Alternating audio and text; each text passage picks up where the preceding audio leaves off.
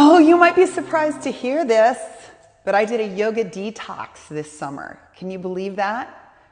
Yoga is so near and dear to my heart, and I did a detox. I did not get on a yoga mat for 10 weeks. Now that doesn't mean I didn't move. I did move, but it was so nice to do a yoga detox. It was so nice to let it be, to review the practices of yoga and say what works and what doesn't work. So let me tell you what I did instead of yoga on the mat. I did kickboxing. I did cardiotone. I did barrecore. I did Pilates reformer. I did boot camp. And I even did, this is almost frightening, jazz aerobics. That was pretty awkward. But what I learned from my yoga detox, what I learned from getting away from the mat was so good for me, because I learned that diversity is good. Sometimes when we get too involved in any method, yoga included, it can feel cliquish, and it can even move toward that of feeling cultish, okay? So when I backed off and did all these different classes and experienced all these different people in these classes, it was such a joy for my body and it was such a joy for my brain. And I took a great big step back and I had deep appreciation for people in all these classes, right?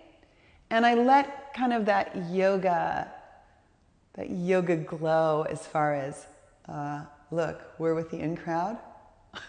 I let all that go, is gone. And you know what? There's a whole nother world out there beyond the green drink set. Just saying. There's a whole nother world out there beyond the green drink set.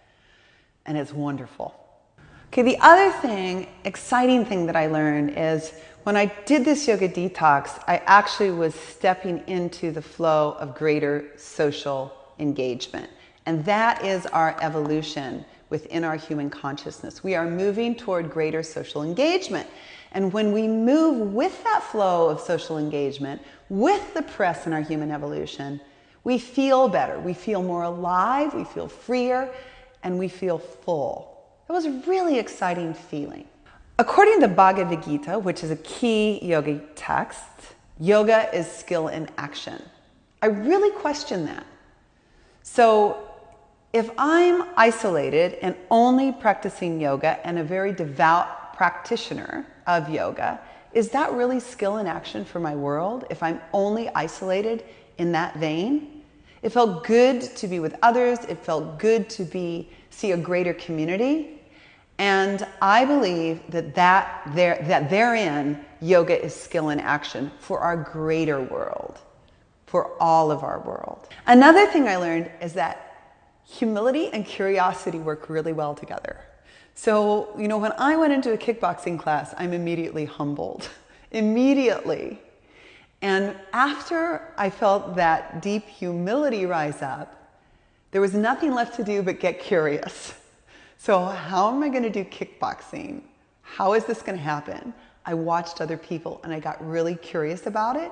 And it was such a joy to have curiosity follow on the tails of humility. I loved that feeling. Will I continue to draw from yoga for inspiration? Absolutely.